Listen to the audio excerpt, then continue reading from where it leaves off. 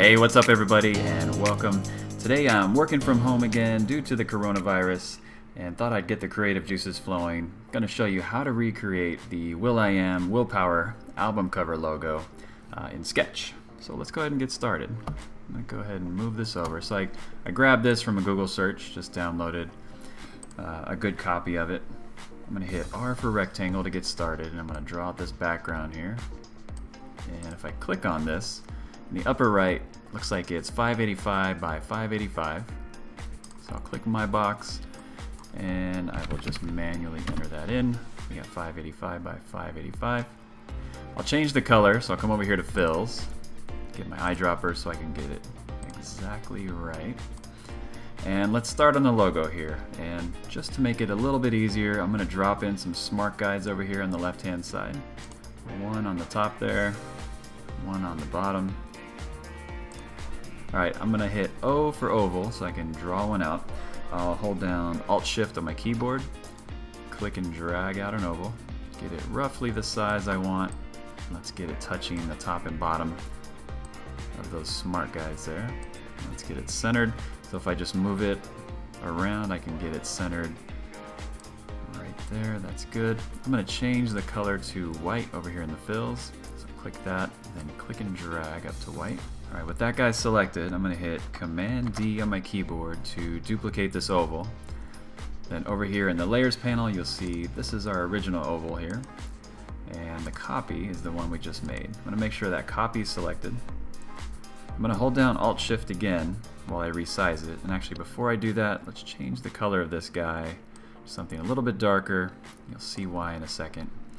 So with that inner oval or top oval selected, I'm going to hold down Alt-Shift, click and drag this down until I get it to the size that I want.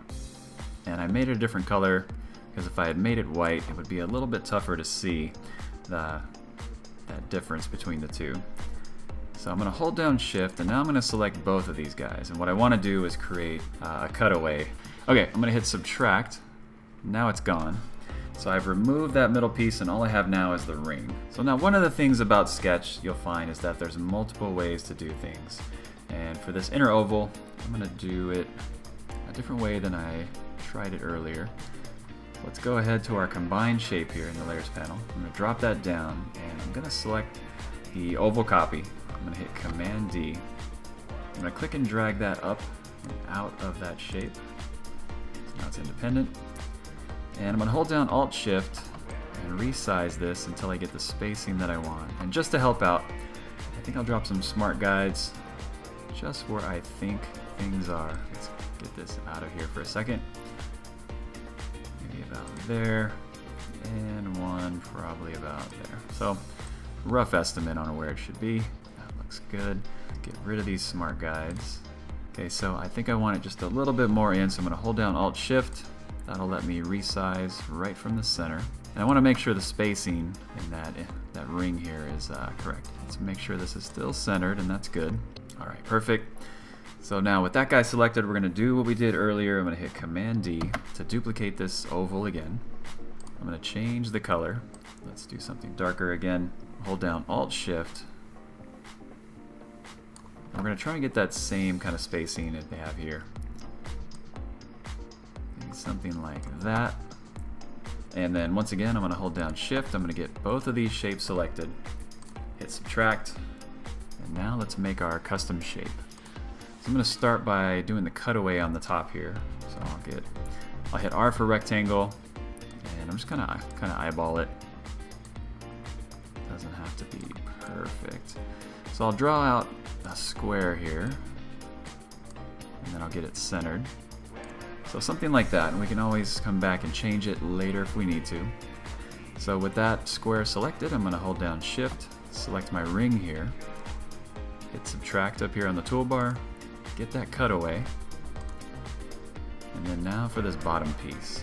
So I'm going to want a triangle here. So what I could do, one option would be to double click, put this, or come up here, click Edit, and then start placing points, and then grabbing and pushing these things toward the middle and kind of adjusting, but I don't really like that method. So what I'm going to do is I'll start by grabbing do a triangle. And I'm going to draw one out that's similar to the triangle over here. And just so I can see what I'm doing, I'm going to make this color a little bit darker. I'm going to change the opacity, drop that down so I can see behind here. Let's go ahead and get zoomed in. Put that right there. I'm going to double click this shape so I can really fine tune the angles here. Just like that there. Okay, I'll click out of that to get out of edit mode. Alright, let's zoom out. I'm going to bring this shape over here and get it centered. And I'm going to put a smart guide right in line with the top of this angle here. And you'll see that with my shape over here, it's kind of getting in the way and it's snapping to that. So I'm going to move that down. Let's put our smart guide right about there. And let's drop another one on that portion right there. So we'll get this centered over here on the right side. Move that up to about there. And what I want to do is I want to join this shape with my ring, but I don't want to join it to where I'm still going to see these kind of overhanging portions. So I'm going to put this into edit mode one more time. And what I really care about is just this portion here. Let's bring these up. Something like that there, a little diamond. Okay, I'm going to hold down Shift, get both of these selected. So I've got my ring selected, I've got this dark shape selected. I'm going to choose Union. So there's the first portion of it. Now let's go back in to our combined shape over here in the layers panel, and I want to grab that triangle. I'm going to hit Command D to duplicate it. I'm going to drag it outside of our shape and above everything. That's what we want. Let's get that guy selected. Let's change the color of this so we can see a little bit better. I'm going to drag this down, making sure it's still centered. And I'm going to make the top of it in line with that smart guide. So now I want to create a cutaway, so I'm just going to do a subtract operation. So with this guy selected, I'll hold down Shift, select that bottom one, click subtract. So now I've got that. I'm going to right click over here, get rid of my smart guides. Let's get that inner rectangle going. So from about here, let's drag it down to about there.